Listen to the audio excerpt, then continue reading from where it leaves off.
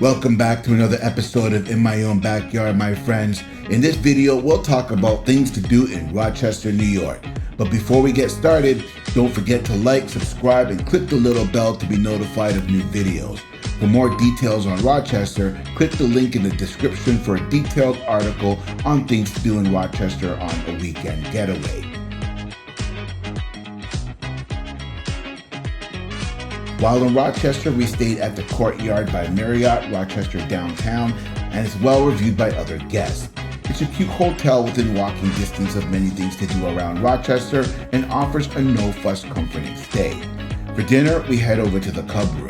This is steak wrapped in bacon With blue cheese. with blue cheese. Okay.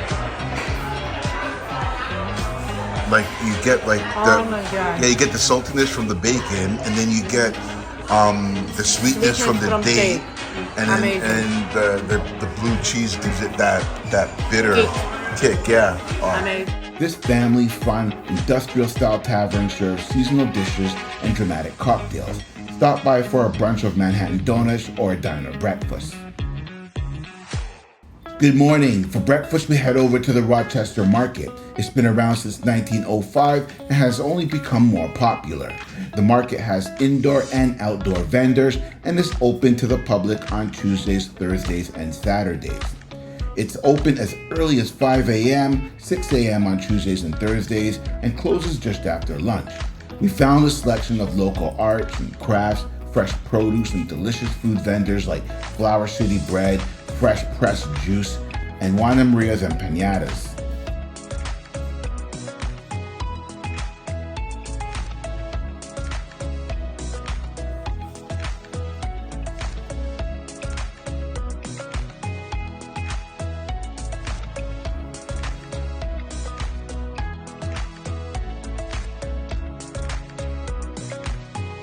So we got this at the Flower City Bakery, our bread place. I'm not sure what it's called, but this is called the Canal, and it has vanilla around it, and there's all kinds of fluffiness inside.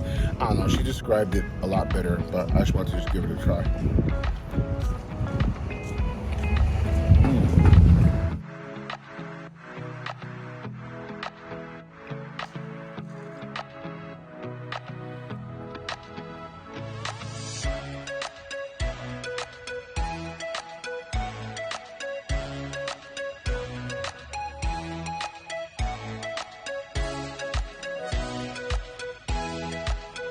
Okay, next stop is the George Eastman Museum.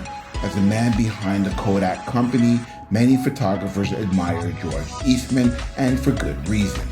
This museum was originally the estate of George Eastman and his mother. So George Eastman bought this house at the turn of the century and kind of grew it to what it was, with the gardens, and just was really into like cultivating the gardens, and that was kind of his home and this kind of things that he liked to do. And he also loved music. And so what he did with that is kind of help to transform Rochester through his love of music and art and things of that nature. So photography's been around for decades when he kind of starts playing with it in the 1860s to the latter part of the 1800s. But what he does is he kind of feels like that there has to be an easier way to take photos. And so what he does is kind of transforms that, comes out with first of all, he starts Kodak with his business partner, Henry Strong, and they start to experiment with ways to make the camera smaller and easier to manage. And so you have the Kodak series, which is one of the first, widely released cameras in the 1880s. And then you have the Brownie camera in 1900, which is the camera that really transforms everything and makes it commercialized and makes it able to be in everybody's homes. And now the regular person can go and take photos on their family vacations or just random to-dos at home. At the time, it's very expensive to kind of come in and take photos. You have to bring a photographer in. He has to bring all his equipment and get all that gear, and it's hundreds of thousands of dollars. So he makes it easier for the common man and common woman to kind of go in and take photos. That, my friends, is the first original iPhone. Right there, the first camera actually maybe not iPhone, maybe like a first point and shoot or something like that. With the Brownie camera, he would have like you would take your pictures and then you would take the film and you would shift it off to Kodak and then they would develop it and then send you back to prints. Yeah. Right. So anyone that's young enough or old enough to remember that's something that we actually did before digital cameras. So that process became more popular is when we started to take our own pictures and then we had to take the film and go develop it. Yeah. So he was one of the first to do it. Yeah, he was one of the first to do it. So I'm sort of aging myself because I heard that people did that back in the days. I'm not sure that's what I heard. For me, I was always using a digital camera. I don't know if people were doing it before, but essentially like the Brownie camera is where that started. So I mean, I love that. Like that as a photographer, like, I love that little bit of history. I think that's awesome.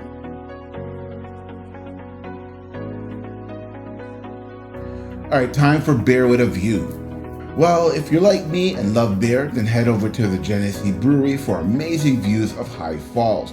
Be sure to reserve the balcony patio though. In 2012, the 100-year-old building was transformed from an old brew house into a brewery that pays homage to its history but breathes new life into its beers. Oh, and for the record, the Orange Honey Cream Ale has officially entered into my top 5 favorite beers. Next stop, cruising the Erie Canal with Sam Patch.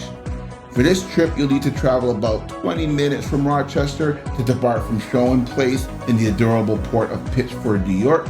Aboard a replica of an 1800s packet boat, you'll take a 90-minute tour of the incredible Erie Canal, which many consider the world's 8th wonder. Next up, we have wine tasting at Living Roots. The popular Finger Lakes region is not far from Rochester, so here you can find some of the wines made at Living Roots Winery, one in Finger Lakes and the other in Australia. Good Luck Restaurant has made its home in a warehouse-style space. You should definitely note that most of the food on the menu has a rather large serving size and is designed to be shared. The Bib Salad and the Good Luck Burger, a burger the size of your head and very popular here, were enough for the two of us.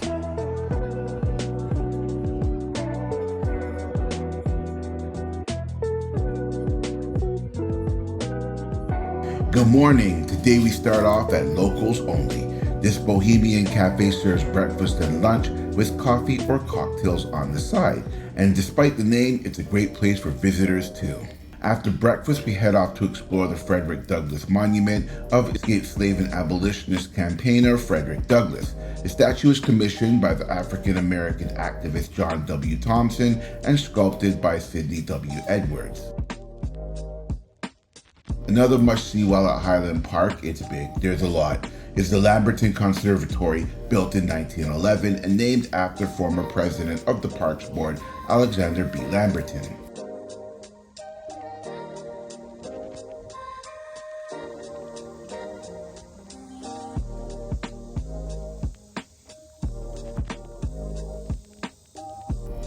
Rochester has an amazing list of inspiring past residents, and Susan B. Anthony is definitely one of them. This women's rights activist lived in her Rochester home for 40 years until her death. This home has become a museum where you can tour and learn more about Anthony and her work. Now, we weren't allowed to film in the museum, so visit the article we wrote to see pictures. The link is in the description. Susan B. Anthony and Frederick Douglass knew each other and were friends while living in Rochester. And in Anthony Square Park, across from Anthony's former residence, is a sculpture dedicated to the famous suffragists and abolitionists and depicts them having tea, which is something they did often and very unheard of at the time.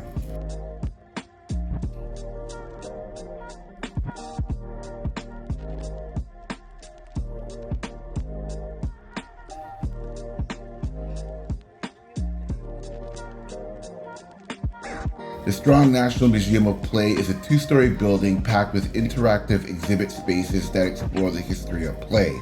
Here you'll find the world's largest collection of toys, dolls, and games, from video games to board games, carousels, and comics. There's an indoor butterfly garden, a rope course, and a food court.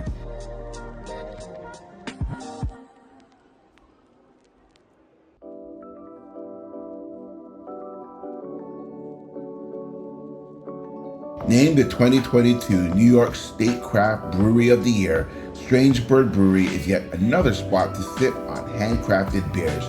They also have an impressive menu of pizza, burgers, mac and cheese, as well as other beer-friendly meals.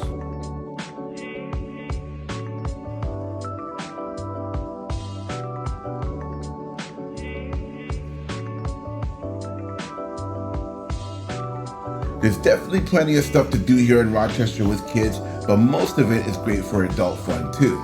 The Museum and Science Center provides hours of learning and fun in the form of exhibits based on the world, history, and important topics like how objects and images perpetuate racism, and what can we do to change it, and Rochester women who changed the world. The planetarium then offers a deep dive into space and the universe with shows and exhibits that help us better understand the stars and planets.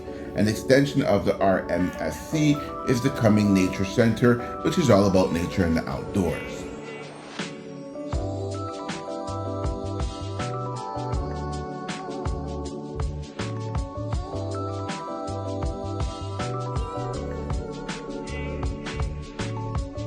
Alright, that is it for this video. Head to roadtripontario.ca for a detailed blog post. The link is in the description. Thank you so much for watching, and we will see you in the next video.